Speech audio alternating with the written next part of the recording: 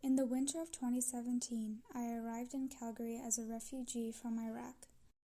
Life in Calgary was an adjustment, and it was not long before I found it quite difficult to keep up with day-to-day living on the income assistance provided by the federal government.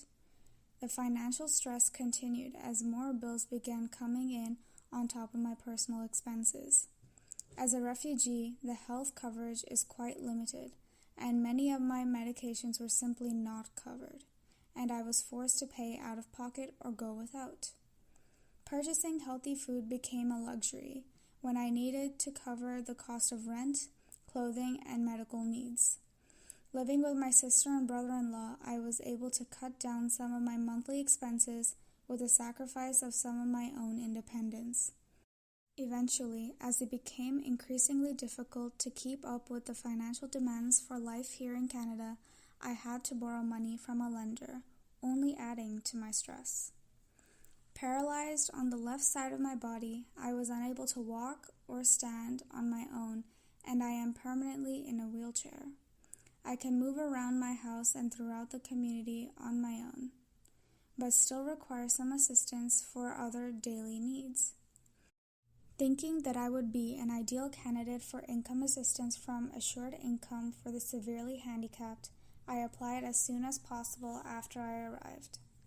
As a person with disability and a new Canadian, I felt the application process to be quite strenuous and full of uncertainty.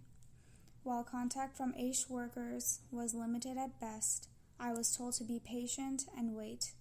But throughout the almost full year from application to approval, the financial pressures continued to mount. After nearly 1 year of waiting, I was finally approved for AISH. This news came as a relief as I was now able to have some much-needed financial stability, and 14 months later I saw a marked increase in my quality of life.